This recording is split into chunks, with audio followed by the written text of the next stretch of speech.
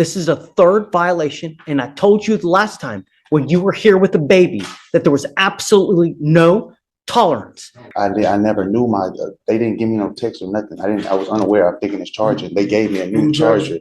It's the first time. Just please stop talking. Let me talk. Words mean absolutely nothing. I don't give a rat's ass about words. Zero tolerance. All right, folks. Today we've got a defendant who decided it was a bright idea to shut off his GPS tether for 3 days, and if that wasn't enough, he also spent that time harassing his child's mother.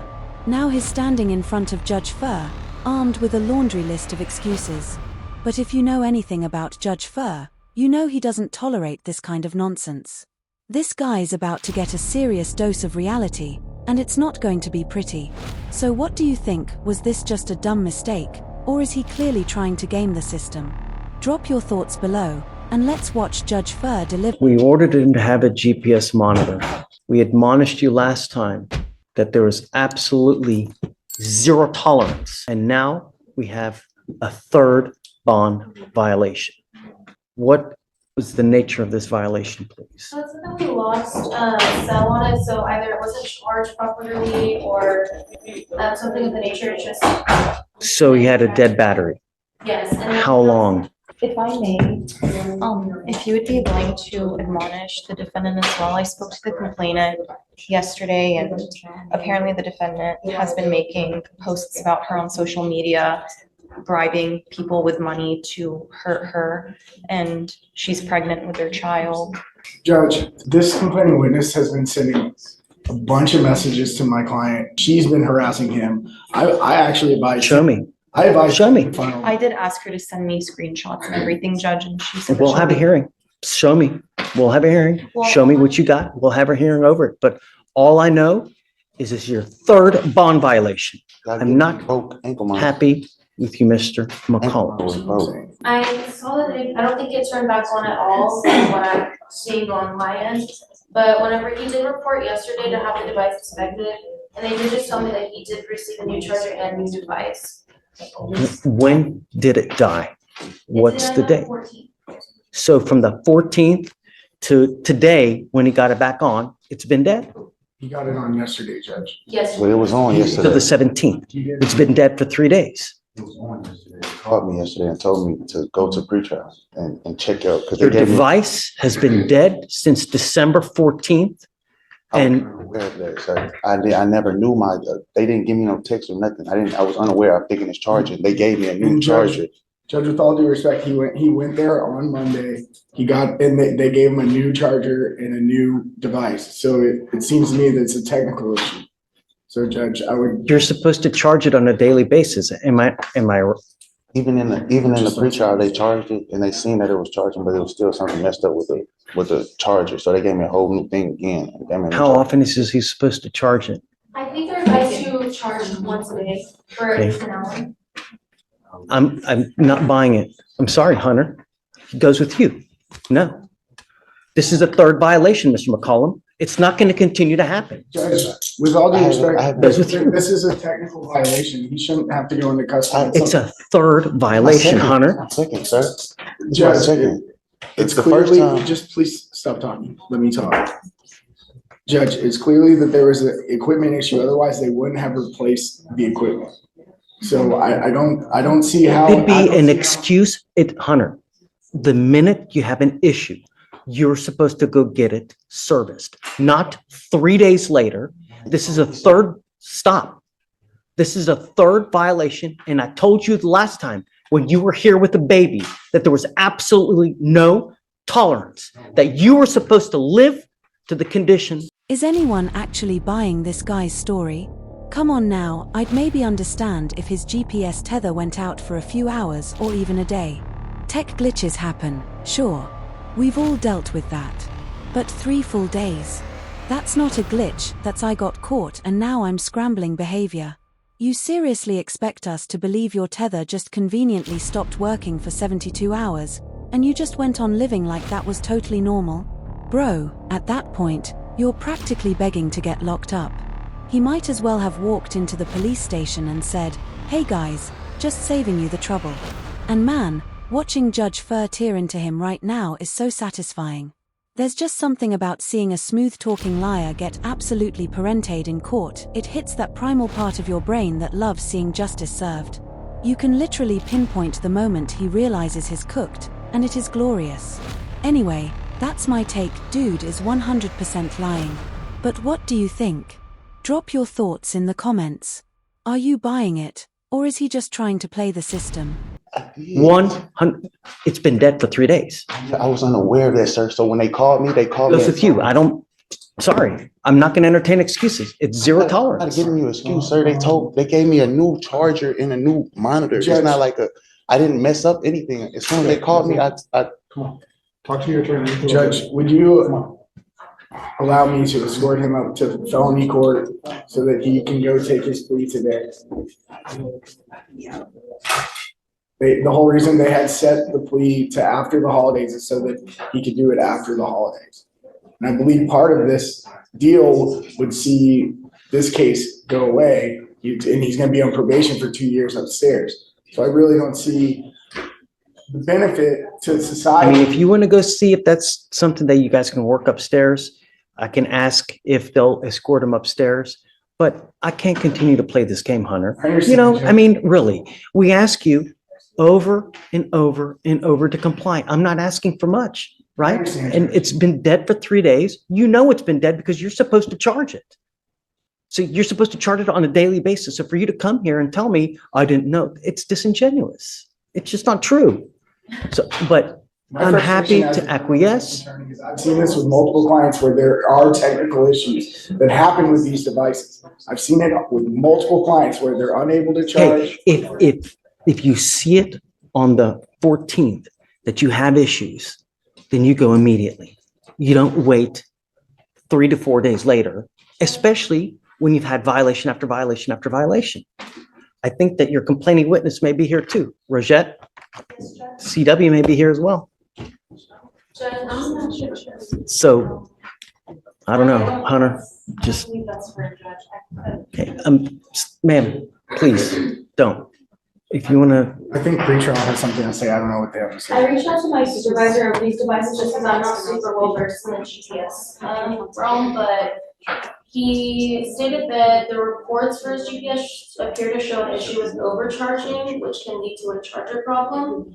They're instructed to charge for 1 full hour on the same time each day, and that the tech swapped his device as a precaution as it was likely that malfunctioning. but why wait 3 days? You know the device is malfunctioning on the 14th. You're going to wait 3 days to go get it fixed? I was just informing of what my supervisor told me because I asked somebody to look over the report. I don't know what to tell you, I Hunter. mean, Judge, You it know. sounds like he was overcharging. He was doing more than I- required. No, we don't know that for sure. I don't know. See what documents that you can show me, that you can get that there's some kind of malfunction. But nevertheless, it's a third violation. On the 14th, if he has issues, perhaps even go the next day on the 15th. But you wait 3 days, and the only reason he did it is because I hauled him into court and I told him to be here on the 18th. Otherwise, who knows what would have happened? See what you can find and then show me. I'm all eyes. Well, Judge, the other thing I would ask is if you are going to take him into custody, I'd ask for a formal hearing to be set. And since this was set within less than 24 hours, I do believe it violates his due process to go ahead and take him into custody today. Yeah, Just show me what you can find, Hunter. You know, Eddie, Judge, real quick, Judge, I was just thinking. save the drama for your mama. Okay. This right here is exactly why I love Judge Furr. He's so chill, even in the courtroom.